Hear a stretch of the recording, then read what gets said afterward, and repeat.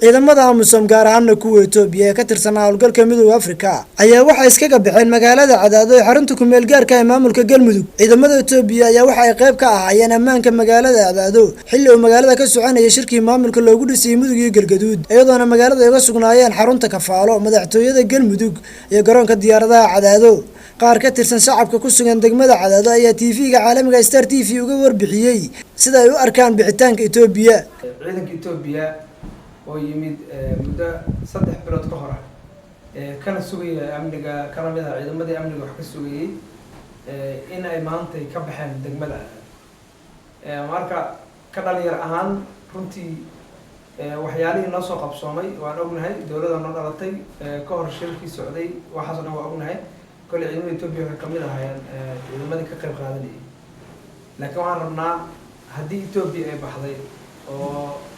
maaragtay meeshii ay wali ka yimaadeen ay aadeen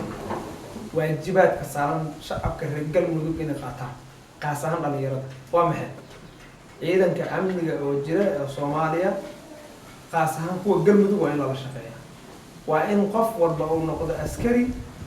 oo qof walba waa inuu noqdo nabad sugid qof walba waa inuu noqdaa gacmaha ay ku adeeganayaan ciidanka amniga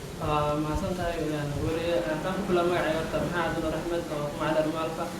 هذا وصل السؤال هذا واحد سيدي وأركتا كبرتان كعندما أمسهم كان هنا كوي توبيا وساكا برغنمة ساكا كبحي مقالة عدده والله رنا هانتو حمار كأني إني سن وحسا ما ينكوي للدونين تتكون لقان قبل ميدوجي قلقتو جارهنا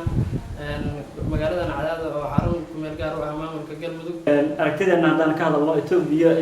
in dahab waxay sugaysaa ammaanka shirka gobolada dhexe haatan waqtigooda ayaa dhamaaday oo iska baxeen dadka raacdadana inta badan waxay jecel yihiin in ciidanka Soomaaliya ay dhismaan mar walba aan ugu tirsanaan ciidamada shisheeye ajnabiga si kastaba ahaatee ciidamada Itoobiya ayaan la sheegin sababaha ay uga baxeen Cadaado iyadoo warbaahinta la xiriirtay madaxda ugu sareysa maamulka Galmudug mana laga helin wax warbixin ah.